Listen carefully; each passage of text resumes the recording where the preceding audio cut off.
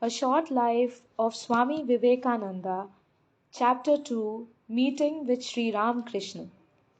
We have seen something of the religious disposition of Naren, his love for gods and goddesses, and his tendency to meditate. But as his intellectual horizon began to widen and he came more and more in contact with Western philosophy and science, Narendranath began to question his youthful theism and orthodox beliefs. Gradually, his doubts and questionings took the form of an intellectual tempest which raged furiously and made him restless. He had faith and devotion, but he wanted reason to support them.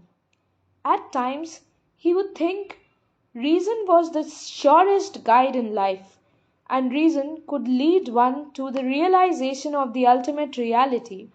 But it was patent that a pale, bloodless reason could not satisfy human emotions, nor could it save one in the hour of trials and temptations. The study of John Stuart Mill, Hume, and Herbert Spencer raised a tumult of thoughts in him till his harassing doubts turned into a settled philosophical skepticism. But even in this, his innate religious nature gave him no rest. He longed for the unknown, hungered for the realization of the reality. At this time, the influence of the renowned Brahmo leader Keshav Chandra Sen over the young Bengali intellectuals was strong. Narendranath was also captivated by the lectures and writings of Keshav Chandra Sen. He began to interest himself in the Brahmo movement and actually became a member of the Sadharan Brahmo Samaj.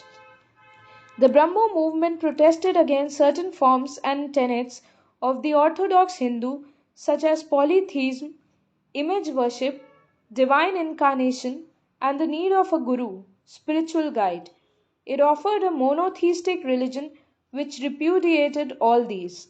On the social side, it stood for reforms in the way of breaking up of the caste system and the caste consciousness, the recognition of the equality of man, the education and emancipation of women, and so on. It is not surprising that this movement captured the imagination of young Bengal. Naren came to regard the Samaj as an ideal institution in which might be solved all problems of life, individual and national.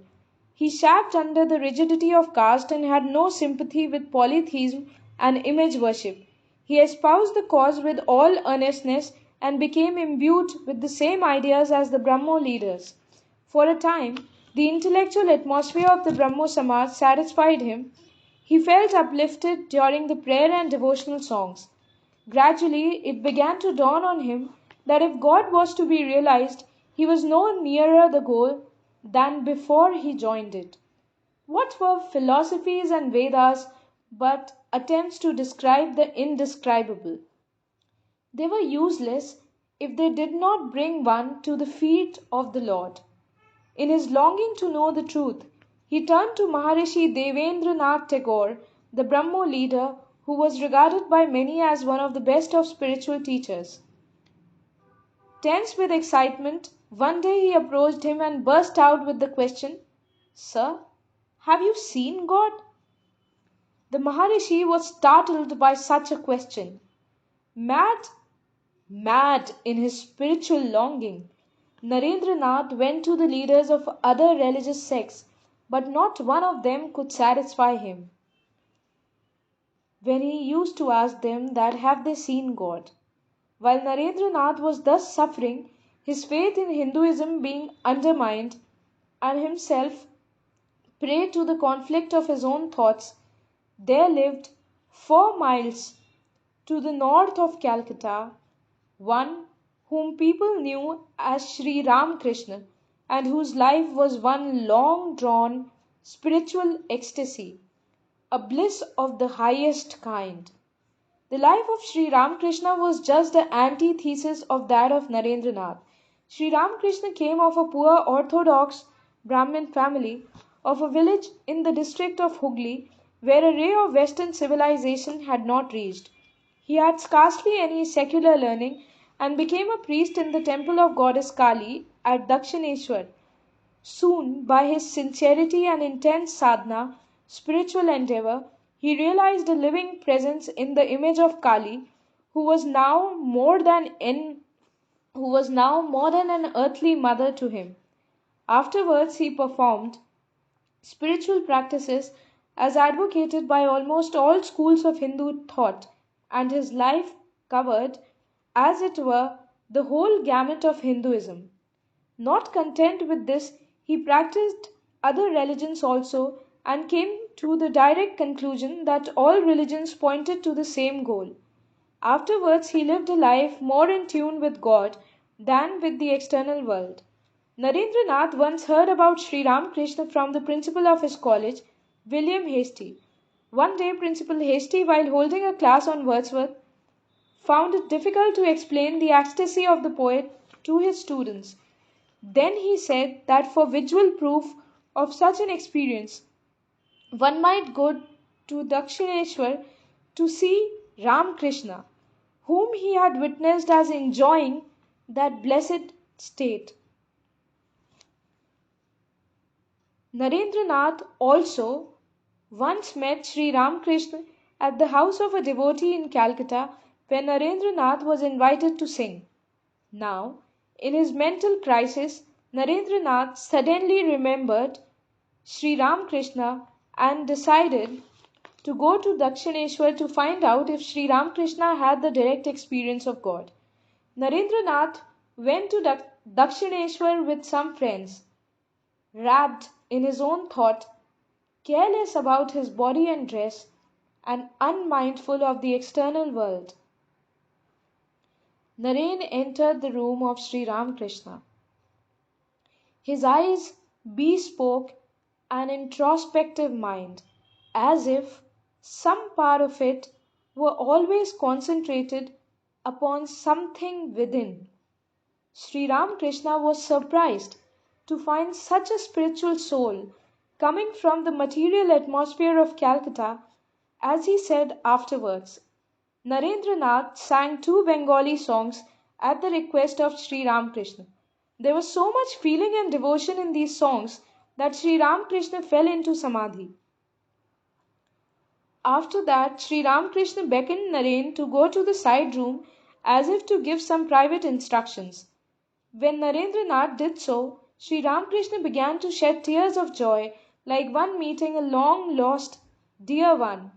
Then amidst sobs and with great tenderness, Sri Ramkrishna began to tell how he was waiting for him for a long time, for his ears were well nigh burnt in listening to the profane words of worldly people, and he wanted the companionship of one who could appreciate his innermost experience.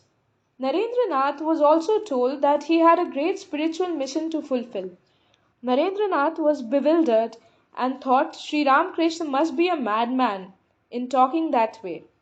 Before Sri Ramkrishna returned to his room, Narendranath promised that he would come again. In great amazement, Narendranath came back to his friends. He now began to watch Sri Ramkrishna, and to his great surprise, there was no strangeness in his behavior. From his words and ecstatic states, it transpired he was a genuine man of God. In the course of conversation, Sri Ramkrishna said, God can be realized, one can see and talk to him as I am doing with you. But who cares to do so? There was so much ring of sincerity in these words that Narendranath could not disbelieve Sri Ramkrishna. It became apparent to him that these words came from the depth of his realization. But how to reconcile this with the strange conduct he had witnessed just now? Narendranath was in a great conflict. With utter confusion, he returned to Calcutta. He could not decide whether Sri Ramkrishna was a monomaniac or not, but he could not deny that he was a great saint. He was at a loss to account for the strange feeling of blessedness that he experienced in the presence of Sri Ramkrishna. In spite of himself, Narendranath was drawn to Sri Ramkrishna. In about a month, Narendranath once again set out for Dakshineshwar, this time to encounter a stranger experience. Sri Ramakrishna received him very affectionately and called him to sit on the bed by his side. Then, as Sri Ramakrishna, in an ecstatic mood, touched Narendranath, the latter became unconscious of the external world. To quote the words of Narendranath as he described the incident afterwards, the touch at once gave rise to a unique experience within me. With my eyes open, I saw the walls and everything in the room whirl rapidly and vanish into naught, and the whole universe, together with my individuality, was about to merge in an all encompassing, mysterious void. I was terribly frightened and thought I was facing death. Unable to control myself, I cried out, "What is this that you are doing to me? I have my parents at home." He laughed aloud at this and, stroking my breast, said, "All right, let it rest now. Everything will come in time." The wonder of it was that no sooner had he said this than that strange experience of mine vanished. I was myself again and found everything within. I was myself again and found everything within and without the room as it had been before. This incident wounded the vanity of Narendranath very much. He could not account for the fact that one, by mere touch, could revolutionize his mind. Was it mesmerism or hypnotism? It could be possible only with respect to weak minds. But Narendranath had so long prided himself on being just the reverse. This man could not be a lunatic as he thought him to be. Everything seemed like an enigma to him. The rationalistic mind of Narendranath received an unpleasant rebuff at this failure in judging the true state of things. In any case, Narendranath was on guard to resist similar experiences, but at the same time he was fascinated by the remarkable personality of Sri Ramkrishna. He looked as pure and simple as a child. Narendranath was extremely drawn to him. So in about a week's time he came to Dakshineshwar again. But in the third visit, Narendranath did no better. Though he was on the defensive against any influence on the part of Sri Ramkrishna, this time Sri Ramkrishna took him to an adjacent garden and fell into ecstasy. In that state, as he touched Narendranath, the latter, in spite of all precautions, was overwhelmed and lost all outward consciousness. When he came to himself, he found Sri Ramakrishna stroking his chest. Narendra had no idea of what had happened in the meantime, but it was then that Sri Ramakrishna learnt many things about him. Referring to this incident, Sri Ramakrishna said later on that in the state as Narendranath dived deep into himself, Sri Ramakrishna studied his inner life, and the study only confirmed what he had inferred about his future disciple. Narendranath was fully convinced of the extraordinary nature of that mighty power which was working through Sri Ramakrishna. The idea that Sri Ramakrishna was a monomaniac was replaced by a feeling of profound respect for him. He recognized Sri Ramakrishna as a great spiritual personality, but his mind was not fully prepared to accept him as a guru. His mental makeup, as well as his associations with the Brahmo Samaj, prevented him from believing in the necessity of a guru. How could a man, however great, be an unerring guide? So he would not accept any word of Sri Ramkrishna without testing it by his own experience or reason. But Narendranath was conquered by the love of Sri Ramkrishna. He would now be coming to Dakshineshwar as often as he could. Sri Ramakrishna also would be eagerly waiting for him. If Narendranath did not meet him for a long period, Sri Ramakrishna would pass sleepless nights. A mother suffering bereavement of her only child does not feel so much pang and anguish as Sri Ramakrishna did at the absence of Narendranath. And when Narendranath would come, at his very sight, Sri Ramakrishna sometimes would go into ecstasy. There were many occasions when at the singing of Narendranath, Sri Ramakrishna would be lost in samadhi. Sri Ramakrishna saw the potential greatness of Narendranath. He was all praise for him. If other devotees could be likened to stars, Narendranath was a sun. If others were lotuses of 6 or 10 or 16 petals, Narendranath was a lotus of 1,000 petals. Narendranath was a liberated soul from his very birth, born on this earth for the good of humanity. He was so liberated. Often Sri Ramakrishna praised Narendranath so much that the latter had to remonstrate with him, saying that those conclusions were the outcome of his weak mind, a mind weakened by too much love for him. With all his love for Sri Ramakrishna, Naren did not cease to wrestle with him. Naren did not believe in the need of a guru. He did not believe in image worship.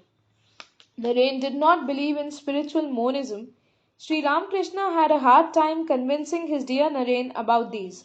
Sometimes exasperated, Sri Ramakrishna said to Narendranath, "If you do not believe in my words, why do you come to me?" Immediately came the reply from Naren, "Because I love you, but that does not mean that I shall accept your words without exercising my critical judgment." Sri Ramakrishna only rejoiced at the intellectual sincerity of Narendranath. Of all the disciples, Narendranath was the only one who would dare to challenge the very realizations of Sri Ramakrishna, so much so that at times Sri Ramakrishna had to go to the Divine Mother at the temple for a solution of the perplexity created in his mind by Narendranath. Naren would take the utmost liberty with Sri Ramakrishna.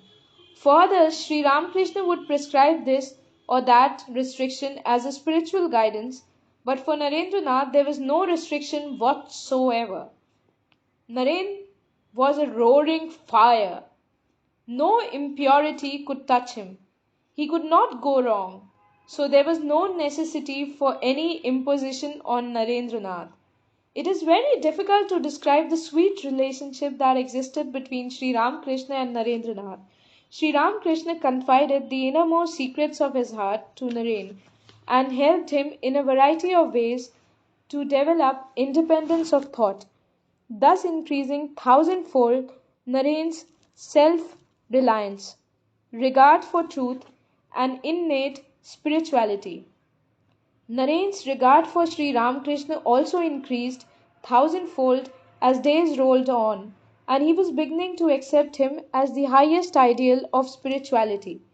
When Narendranath was dreaming of the fulfillment of his spiritual longing, an unexpected trouble came for him which upset him altogether.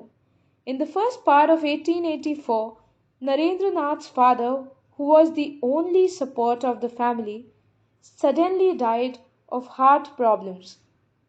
He had spent more than he had earned,